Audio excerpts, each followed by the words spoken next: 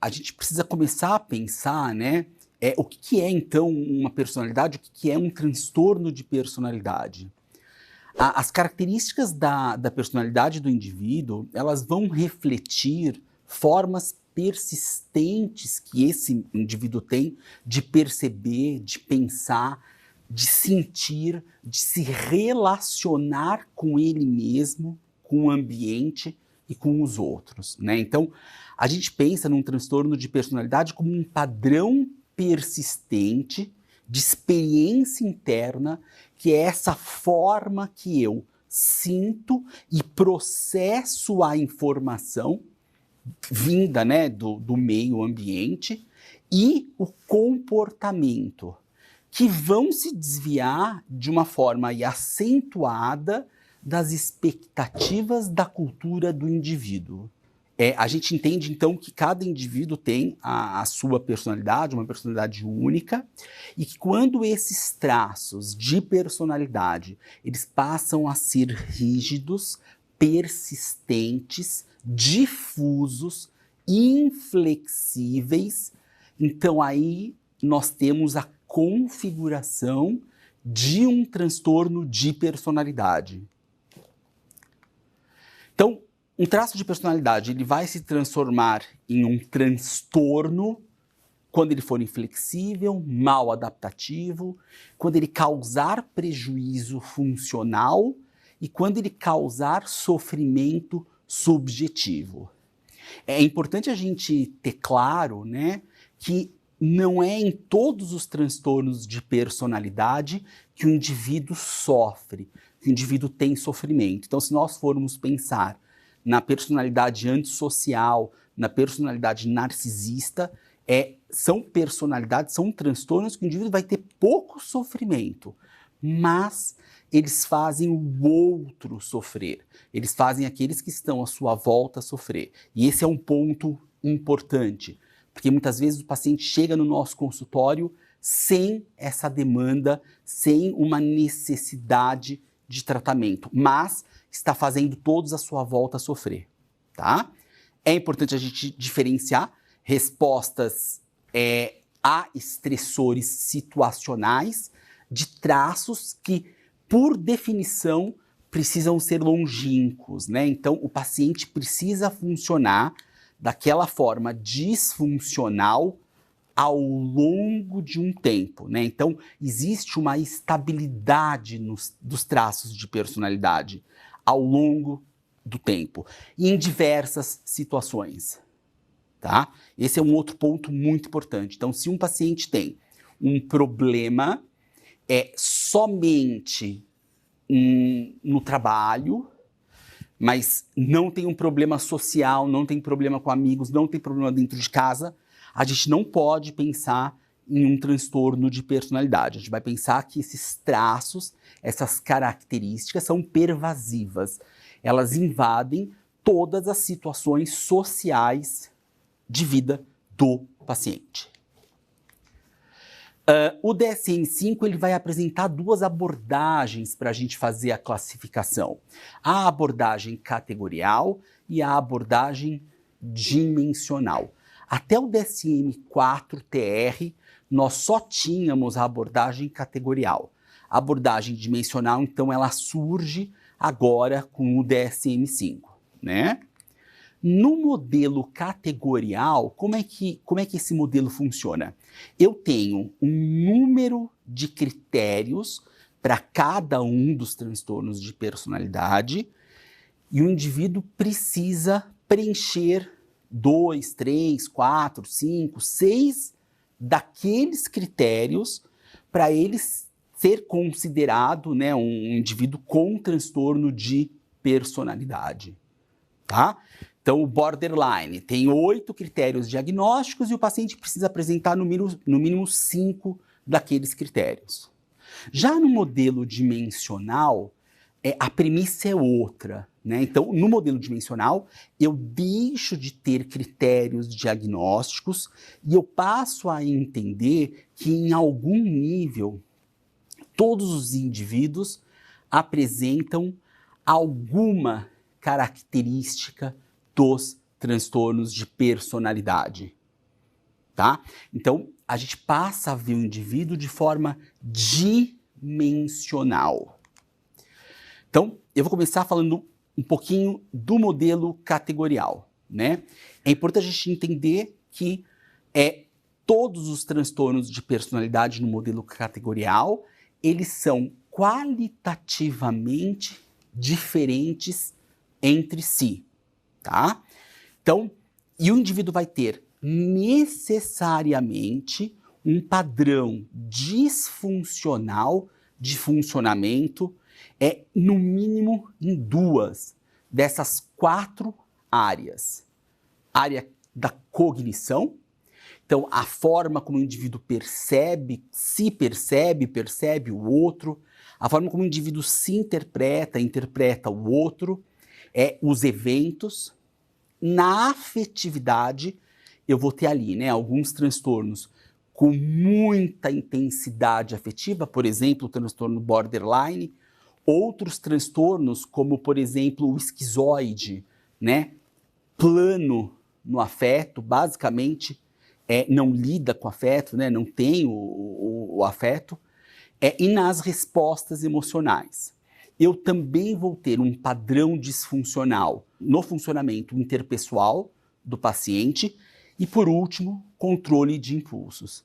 Então, quando a gente faz o diagnóstico no modelo categorial, a gente tem que ficar atento se o paciente ele apresenta aí, né, um funcionamento disfuncional nesses 4 pontos. Via de regra, os transtornos de personalidade vão apresentar.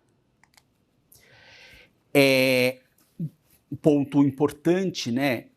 Historicamente, a gente não faz, né? Não fez diagnóstico de transtorno de personalidade na criança e no adolescente, na infância e na adolescência, mas mesmo sendo muito raro, esse diagnóstico é possível, tá?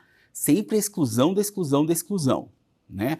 Quando os traços de personalidade daquele adolescente, né, eles são difusos, persistentes, quando é pouco provável que eles vão mudar ao longo do desenvolvimento. A única exceção é o transtorno de personalidade antissocial, né? Para o transtorno de personalidade antissocial, o indivíduo vai ter antes um diagnóstico de transtorno de conduta, né? Então eu não posso fazer um diagnóstico em adolescente, na infância, de transtorno de personalidade. Na prática clínica a gente não vê, né, crianças com diagnóstico, muito raro, mas adolescentes, às vezes, a gente consegue observar esses traços mais pervasivos, mais insistentes, mais inflexíveis, e lá para os 15, 16 anos, a gente já consegue aí pensar numa configuração de um transtorno. O DSM, ele vai agrupar os transtornos em 3 grupos, sendo o primeiro grupo são os esquisitos, os excêntricos, e aí nós temos 3 transtornos de personalidade, que é o paranoide, o esquizoide e o esquizotípico. Nós temos aqueles pacientes que são dramáticos, emotivos, excêntricos. Nós vamos ter o transtorno borderline, histriônico, antissocial e narcisista. E nós vamos ter o grupo C, né, o cluster C, que são aqueles pacientes ansiosos e medrosos. Nesse grupo, nós vamos ter a personalidade evitativa, dependente e obsessiva compulsiva. Bom, agora então eu vou dar um desenho geral de cada um dos transtornos, né? O transtorno paranoide. Aqui eu estou falando, né, de um indivíduo que apresenta um padrão de desconfiança, de suspeita, onde as motivações do outro são interpretadas como malévolas, né? Então, o indivíduo tem muita suspeita, uma sensação de estar sendo explorado, maltratado, ele sempre acredita que ele está sendo enganado pelo outro, né? Então, muitas dúvidas injustificadas, tá? É um paciente que ele vai perceber significados ocultos onde não tem. Me lembro muito de um paciente, um policial, que ele vinha para a sessão com 5 armas de fogo, né? Porque ele acreditava, e ele não era psicótico, ele acreditava o tempo todo que ele estava sendo seguido. Então, a primeira consulta que ele fez comigo, ele precisou fazer uma varredura no meu consultório para saber se estava tudo ok, se não tinha nenhuma escuta, se não tinha nenhuma arma, se não tinha nada que fosse perigoso para ele, tá? Então, esse é o paciente com transtorno de personalidade paranoide.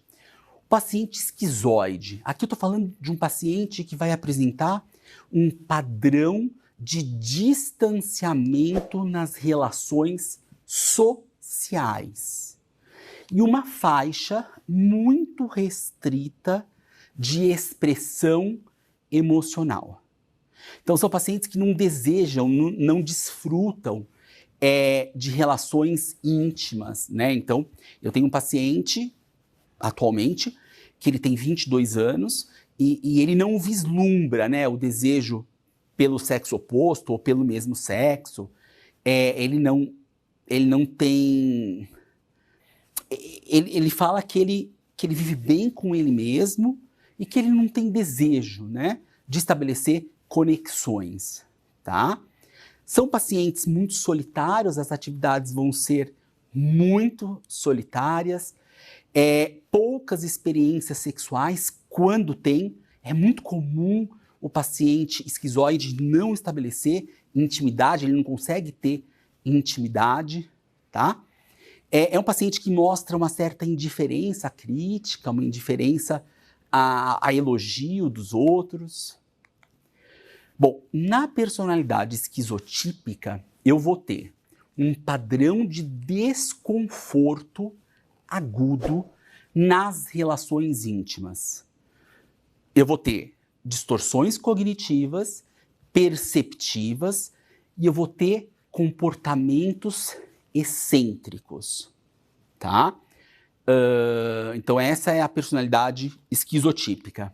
No antissocial, eu vou ter principalmente um padrão de desrespeito, um padrão que viola o direito dos outros, né? Então, são pacientes que apresentam fracassos sucessivos em se ajustar às normas sociais. Muita impulsividade, dificuldade de planos, irritabilidade, muita agressividade, tá? Bom, o transtorno borderline é um transtorno, então, marcado principalmente pela instabilidade.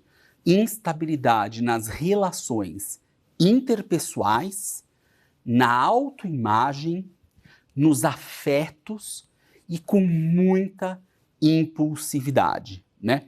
Então, o paciente vai evitar o abandono, seja real ou imaginado. Os relacionamentos interpessoais do paciente borderline, via de regra, serão bastante conturbados. É um paciente que tem muita impulsividade, comer compulsivo, sexo compulsivo, compras compulsivas. Vai ter uma instabilidade afetiva muito importante, tá? Muita irritabilidade também e um sentimento crônico de vazio. O narcisista, ele apresenta um padrão de grandiosidade e de necessidade de admiração e falta de empatia, né? Então, é um paciente que vai ter uma sensação grandiosa da sua própria importância, né? Ele acredita que ele é especial, ele acredita que as regras que servem para os outros não servem para ele. É um paciente que vai demandar admiração daqueles que estão no seu entorno. É extremamente explorador nas relações interpessoais. E vai ter aí um déficit de empatia bem importante. O histriônico, eu estou falando de um padrão de emocionalidade e busca de atenção em excesso, tá? Então, é um paciente que vai ter um desconforto naquelas situações em que ele não é o centro das atenções. É um paciente que o tempo todo está se colocando nesse palco como o ator principal. Ele é muito sugestionável, tem uma autodramatização bastante importante, um paciente muito teatralizado, e as emoções, as cognições do paciente histriônico, a gente acaba observando que são muito superficiais, né? Além daquele mise-en-scène, que é o que ele demonstra, a gente não consegue capturar muito mais coisa, tá? A personalidade evitativa, ela exibe um padrão de inibição social, o paciente, então ele vai apresentar um padrão de inibição social, sentimentos fortes de inadequação e hipersensibilidade à avaliação negativa. O dependente é aquele paciente que tem um comportamento submisso, apegado, uma necessidade excessiva de ser cuidado pelo outro, né? É aquele paciente que não consegue fazer muita coisa sem a ajuda desse outro. O paciente obsessivo-compulsivo ou anancástico, na CID-10 está como anancástico, no DSM-5 como obsessivo-compulsivo. Eu estou falando de um padrão, de uma preocupação com ordem, com perfeccionismo, com controle. Então, são pacientes muito rígidos, muito preocupados com detalhes, com listas, com ordens, extremamente dedicados ao trabalho, à produtividade, tá?